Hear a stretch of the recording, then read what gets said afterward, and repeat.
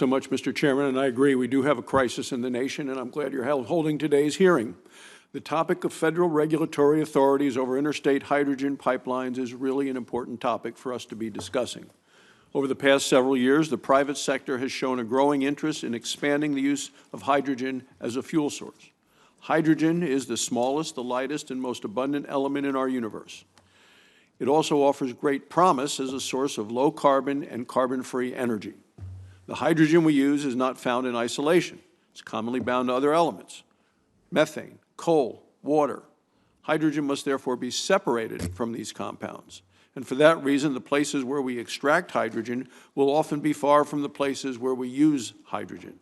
That's why we need a safe, efficient, and cost-effective means, as you pointed out, to transport hydrogen. Now, hydrogen can be shipped in two ways. It can be chilled to a liquid and shipped by truck or rail or barge. Alternatively, it can be shipped as a compressed gas through pipelines. Most existing natural gas pipelines are equipped to ship methane blends, which can include up to 20% hydrogen. As interest in hydrogen expands, our existing interstate natural gas pipeline network may become the principal means that we use to ship hydrogen. At some point in the future, there may need to be a vast pipeline network that can ship higher blends of hydrogen or even exclusively hydrogen. And that brings us to the question before us today. What authority does the federal government currently have over hydrogen pipelines? And what does Congress need to know before we consider any next steps?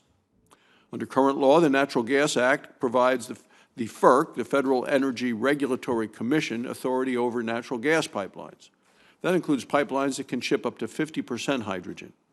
The Interstate Commerce Act provides the Commission authority over pipelines that ship hydrogen to be used as a fuel source. At this point, I'm not convinced that there is a so-called regulatory gap that Congress needs to fill. It's important to keep in mind that the hydrogen industry is still in its infancy. 20 years ago, many in Washington believed hydrogen would soon be a widely used fuel source. Despite millions of dollars in incentives and backing of the Bush administration, that never materialized. We must therefore be cautious and acknowledge that excessive regulation does more harm than good. So let's not kill the hydrogen industry while it is still in the cradle. We must also not take steps that may empower those looking to block new natural gas pipelines.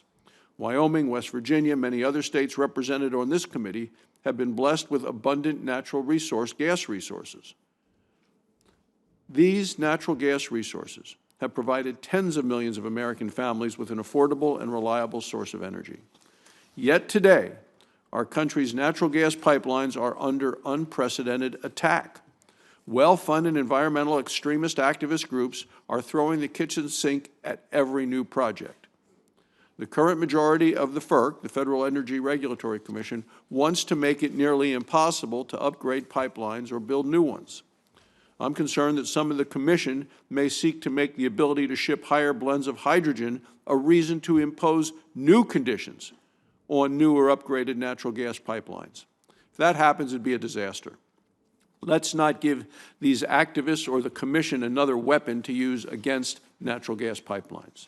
So I want to thank all the witnesses for being here today and joining us. I especially want to thank Dr. Krutka from Wyoming, traveling from Laramie, Wyoming. I look forward to the testimony of all of you.